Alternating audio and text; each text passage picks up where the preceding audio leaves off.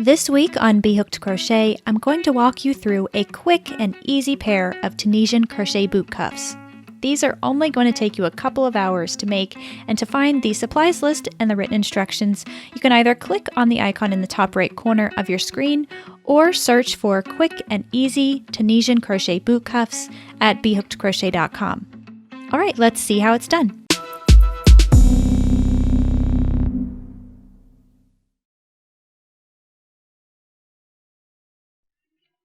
The first thing we need to talk about is the size, because this is a very versatile pattern, and although I'm going to be demonstrating in a size that fits my calf, you might want to create it in a completely different size, and you can do that, and it's very easy to make that conversion. So the first thing you need to do is measure the circumference of your leg. So wherever you want it to sit, there are different height boots, so you can have a lower boot cuff for like an ankle style boot, or if you have tall boots, you would want to measure near the top of your calf. So take that measurement and subtract a ½ inch from that. That's because the stitch pattern has some stretch to it, and we don't want the boot cuff to slide down our leg, so we do need to make it a little bit tighter than what we actually need it to be. Once you do that, we're simply going to make a foundation chain that matches that length. So my goal measurement here is 13.5-inch circumference. So that's the circumference of my calf, and I'm subtracting a ½ inch from that. So my goal is 13 inches. I'm going to make a foundation chain that's closest to 13 inches. And the first thing you want to do is start off with your slip knot, but leave yourself a nice long tail.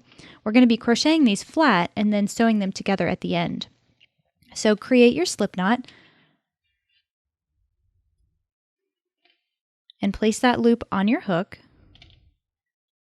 And for me, I've actually already done the math here. My foundation chain to make a 13-inch section is 32 stitches. So I'm going to make 32 chains.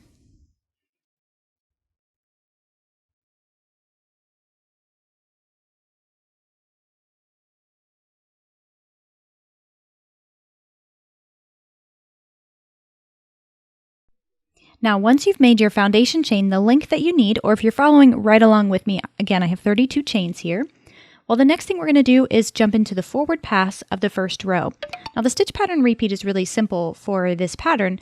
We're just repeating the same row over and over, but we're going to cover this row here because it's kind of like our foundation row, and then we'll show how to do the stitch pattern and how to move forward with that. So the first thing you want to do is turn your chain over so you can see the back bumps. And that's where we're going to work our stitches, or that's where we're going to pull up our loops. So I'm finding the second chain from the hook, or that second bump, and if it's easier for you to look at it from the front side, just count to the second V, flip it over, and that's the bump that you want to work into. So you'll insert your hook into that back bump and pull up a loop. Now we're going to leave that loop on our hook, find the next chain, that next bump, insert your hook there, pull up a loop, and leave it there. And we're going to do that for every single chain. We're collecting the stitches or the loops on our hook, and that's just characteristic to Tunisian crochet. And the forward pass. So the forward pass, we're always going to work the stitches on our hook. And then a return pass will always work the stitches off of our hook. So in Tunisian crochet, one row is actually made up of two different actions: the forward pass and the return pass. The other thing you want to be mindful of is your tension here. You don't want to make your loop so tight that you're fighting with your yarn to get the stitches on your hook, because as you can see, I have to slide these up and down. So if you make the stitches a little too tight, then it can just make for a very unpleasant experience.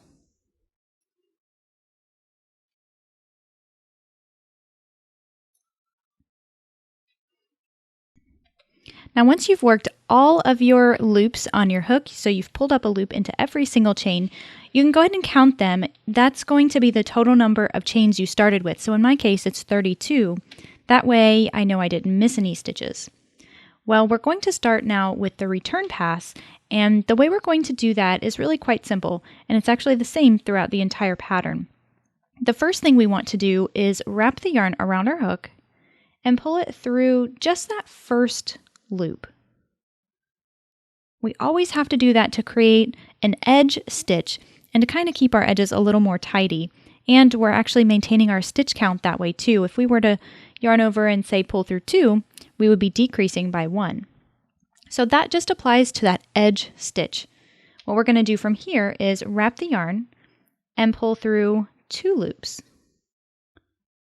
And wrap the yarn and pull through 2 loops. And just keep doing that until you get to the end of your row. You'll only have 1 loop remaining on your hook at that point.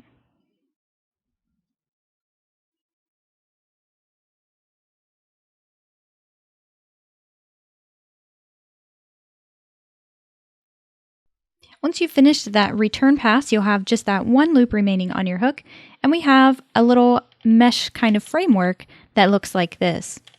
Well, we're ready now to begin with the next row. So the forward pass of the next row. And again, just keep in the back of your mind that this is the repeat for the entire pattern. What we need to do is find our first stitch, and we technically can't count our edge stitch here because if we were to work our hook into that, then we would just essentially undo what we just did. We would undo the work. So I'm focusing my attention on that next bar. If you have a look at your stitches, you can see that there is a bar that kind of wraps from here and it goes back around to the other side. So if you look at it from the inside, you can kind of see the 2 pieces to that. So what you're going to do is insert your hook in between those 2 bars and then come back out the other side. We're doing a Tunisian knit stitch here. Then you'll wrap the yarn and pull up a loop. And when you do that, it pulls those two bars from that stitch. It turns them around so that it looks like a V and that very characteristic stockinette stitch in knitting. So we're going to do that for the next stitch as well. Insert your hook in between those 2 bars from front to back. Wrap your yarn and pull up a loop. And we're just repeating that. It's very simple, really easy pattern repeat, making this a great project for a beginner.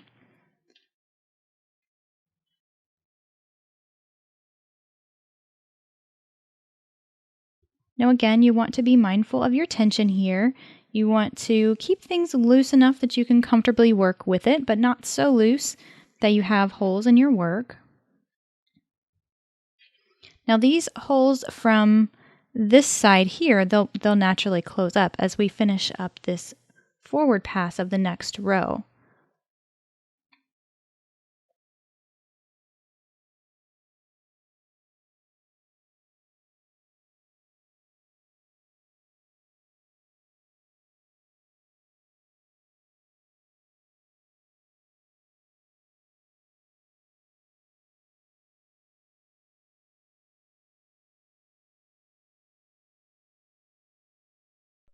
When you make it to the end of your row, we're going to have to do something a little bit different for this last stitch. Go ahead and work your Tunisian knit stitch in that bar, but then what we're left with here at the end, it kind of looks like a chain. And honestly, that's because that's what it is. When we yarned over and pulled through 1, we basically just made a chain. And we need to work our hook into 2 loops of that chain. So technically we're catching that side loop and the back bump, and you can see both of those loops right there. Then we'll yarn over and pull up a loop. And that's going to make sure that we have a nice tidy edge over on this side. If you were to work your hook in just one of those loops, then it does have a little bit more of an open kind of hole to it. So we want to avoid that if possible. And that finishes the forward pass of our first row. So what we need to do now is work that return pass, and we're working that the same as we did before. We'll yarn over, pull through just the first loop, and then we're going to yarn over and pull through 2 and repeat that until we get to the end of the row.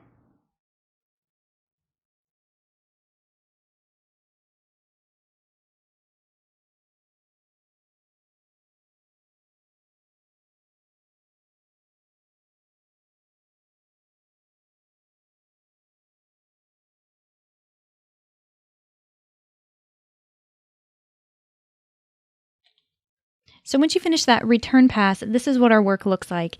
And we don't see the pattern emerge just yet. We got to wait a couple more rows before we can really see it. And the other thing that you're going to notice is that it's starting to curl a little bit. It's hard to see it with just 2 rows, but the curl will get a little more pronounced as we continue working. And I just want to let you know that that's completely normal. That is a characteristic of Tunisian crochet. And for this project, we don't have to worry about it so much because once we finish crocheting the length of it, we're going to sew the 2 ends together, which is going to help with the curl. And then when we're wearing it, we're not going to see it. It's going to settle in and the curl will pretty much go away. Now, if you're super concerned about it, you can always wet block before you sew it together. And I have a resource available on that at bhookedcrochet.com/blockyourproject. I walk you through the steps of wet blocking in that tutorial there. So what we need to do to proceed is repeat that last row. So we're going to work the forward pass in the same way where we pick up the stitches using the Tunisian knit stitch all the way across the row. Then we're going to go into the return pass, and that return pass is the same. You'll yarn over and pull through just the first loop, then yarn over and pull through 2 all the way down to the end of your row. And that's it. It's that simple. What we need to do is repeat that row, that forward pass and that return pass until our boot cuff measures about 6 inches. That's the target that I'm going for. Of course, this is something you can modify. If you want a longer boot cuff or if you want a shorter one, you can make it shorter. So you're going to start your measurement from the bottom edge here, work it up until it's as long as you'd like it to be. In my case, it's going to be about 6 inches. And when you get that finished, we'll come back to the tutorial, and the next thing we're going to talk about is how to fasten off your project. So we're going to work through the forward pass and kind of bind off. It's very similar to a technique that you might use in knitting and casting off. So I'll demonstrate that. I'll talk about how to sew the 2 ends together, and then all you'll need to do is make your second boot cuff. But for now, go ahead and work up the length of your boot cuff, then come back to the tutorial and we'll talk about those finishing touches next.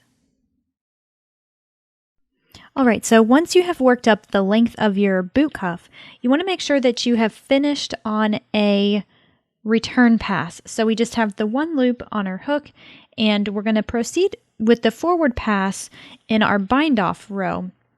So we are still working with Tunisian knit stitches. The only difference is that instead of collecting the loops on our hook like we have been, we're going to be working them off.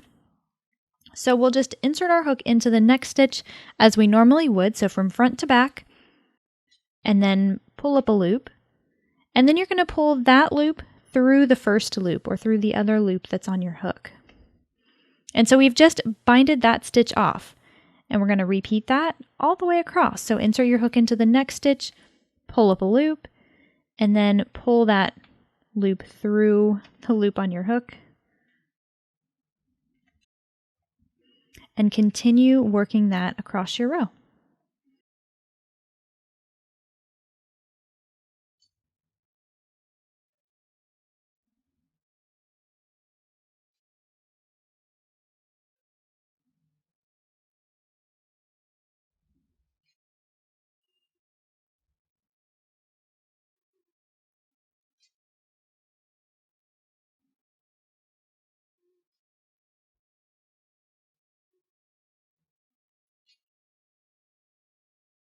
Once you made it to your last stitch, you're going to insert your hook into those 2 loops of that little side stitch there, and then bind that off. And we can just trim our working yarn and pull that tail through the loop on our hook. Now the next thing we need to do is seam the 2 ends together. Well, the first thing you've probably noticed is how much this is curling. And I mentioned earlier that this is just a characteristic of Tunisian crochet. It always does that, and it's the result of not turning our work as we go. So when we're working always on the same side, then the yarn is constantly being pulled in the same direction, and that causes it to curl up. Now, normally the way we would fix that is to wet block, and you can absolutely do that if you would like to. However, it's not really necessary because we are going to be seaming the 2 ends together, and you're going to wear this around your leg, so you're not going to see the curl. So what we need to do here is fold the two ends together so that we're looking at the right side of the work. So that's what looks like that knit stitch. And then take the longer of your two ends and just thread that on your darning needle.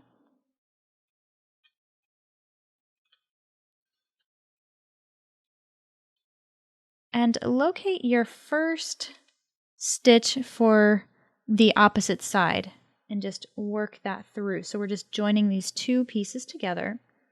And there's a lot of different ways that we can seam this up. The method that I really like to use is just to find the two loops on the first stitch and insert my hook or my needle under both of those on one side, and then I will find the next stitch on the other side and catch those two loops there. And then I'm going to go back in the other direction with the next stitch up and work that through to the other side.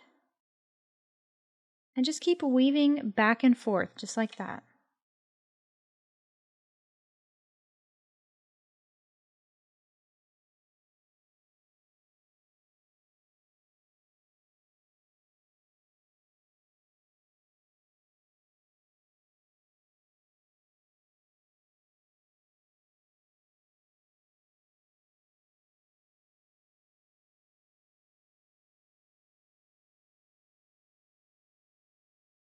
Then once you finish your seam, we can go ahead and turn it inside out, and that's where we'll weave in our ends.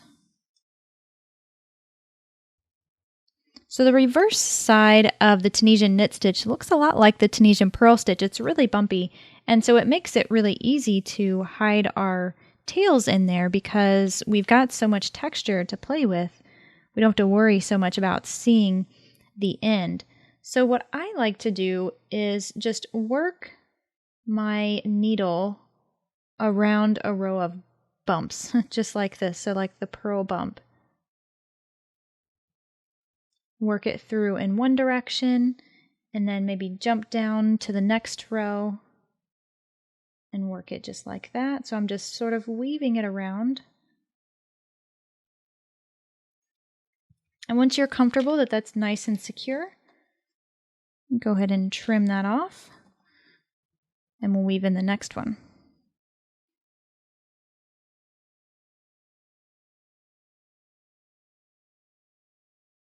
Now, of course, all you'll need to do to finish up this project is to make a second boot cuff.